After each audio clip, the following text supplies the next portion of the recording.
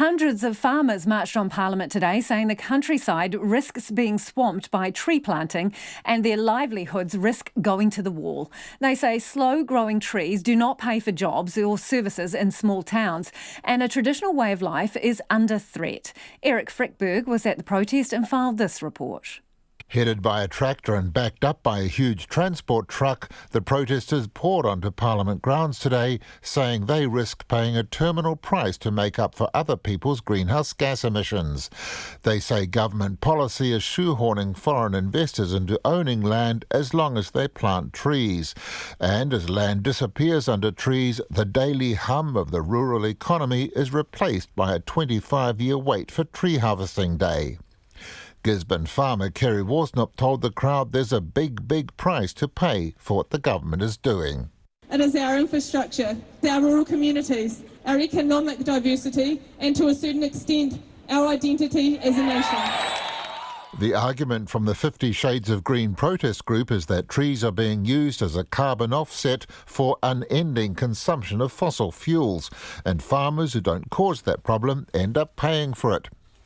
But when the Agriculture Minister, Damien O'Connor, got up in front of the crowd and tried to argue that the claims of afforestation are exaggerated, he got a hostile reception. Can I say that, in sticking to the facts, the vast majority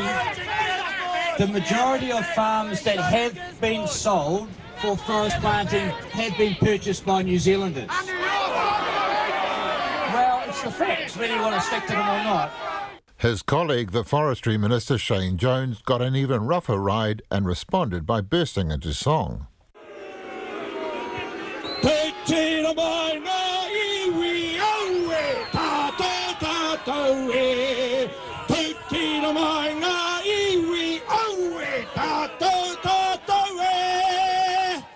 Welcome, farmers! Welcome! But Shane Jones was much less sympathetic in a later interview. I am not going to back down or keep quiet in the face of a National Party rally. The National Party voted for the climate change legislation, so I thought I would thank them in front of their supporters. Minister, this isn't the National Party rally, these are farmers. These are people who are antagonistic to what the government is doing.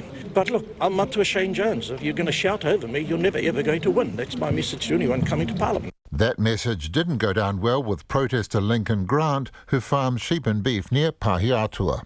It's ruining our rural communities, it's having a major impact on our rural towns, and for no good reason. It is not going to meet our climate change objectives. It's just a scapegoat, easy way to make it look like we're doing something. Lincoln Grant says projects like renewable energy would have a far bigger impact. In Wellington for Checkpoint, Eric Frykberg, 10A.